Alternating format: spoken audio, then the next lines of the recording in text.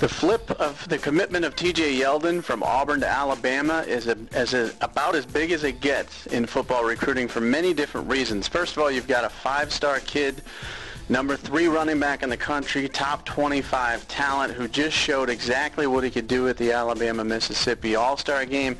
He'll show what he can do at the U.S. Army All-American Bowl. And remember, he was not 100% at Alabama-Mississippi and still was just completely dominant. He's a big kid, tremendous size, great balance, runs with power, runs with speed, can catch the ball. He can do everything.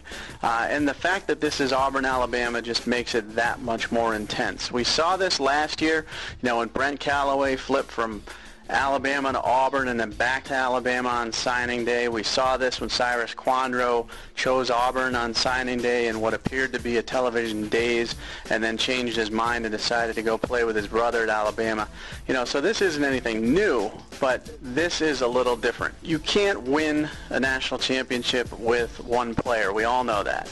But one linebacker, one offensive tackle, those type of guys cannot make the impact that one running back can. We saw what Mark Ingram did at Alabama in that offense.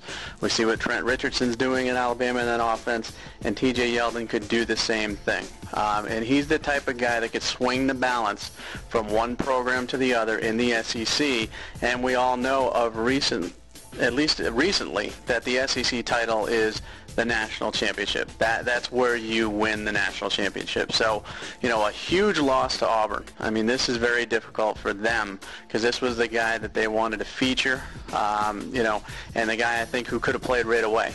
I think the Alabama situation is going to be interesting for him. He's going to go in there. He's going to learn. He's got some good competition. D. Hart was a 5-star last year, but he can be used as a slot guy. Kenyon Drake's there.